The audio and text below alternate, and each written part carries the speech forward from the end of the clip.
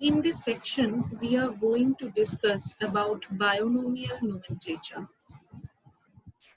So, binomial nomenclature was discovered by Carlos Linnaeus.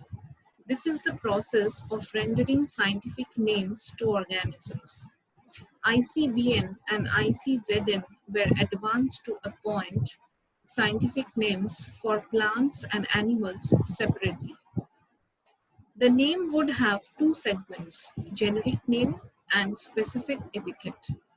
The arrangement of providing name with two components is called binomial nomenclature. So here I can give the example of the scientific name mango, which is Magnifera indica. So Magnifera is the generic name and indica is the specific epithet. So rules for nomenclature are basically each name has two words, the genus and the specific epithet. The next one, when expressed, should be independently underlined, and when written manually, it should be in italics when printed. So names should be Latinized or in Latin, and generic name begins with uppercase and the specific name begins with the lowercase. So here we are also having some examples of the common name and the scientific names. Like in case of man, we know it's Homo sapiens. For housefly, it is Musa domestica. For mango, we already discussed Magnifera indica. And finally, we are having wheat, that is the Triticum aestivum. So after this, we are having the taxonomy. So taxonomy is the process of identification, nomenclature, and organization of life forms, considering the inner and outer cell structure, biological data, and advanced procedures.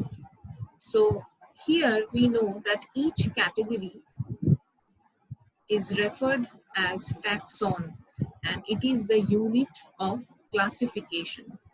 So we are having different taxonomic categories. First, we are having kingdom, then division, then class, then order, then family, then genus, and finally we are having the species. So kingdom includes different phyla of animals and different plant divisions.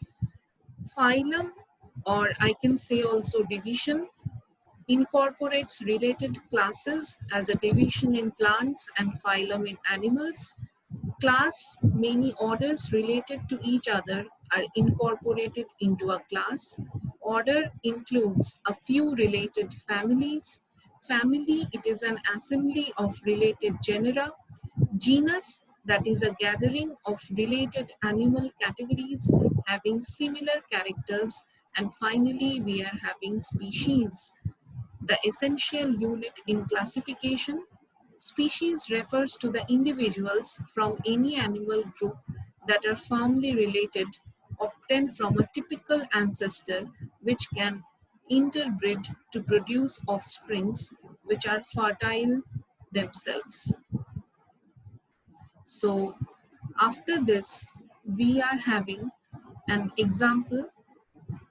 So in case of taxonomy, when we are doing the taxonomical classification, first we are going to kingdom. So kingdom, here we mention that is Animalia. So after that we are going to phylum in case of animals. So here the phylum is Chordata. Then after that we are going to class. So here the class is Mammalia. Then finally we are having the order, which is Carnivora. Then next we are having the family, which is Felidae. Then we are having the genus, which is Panthera.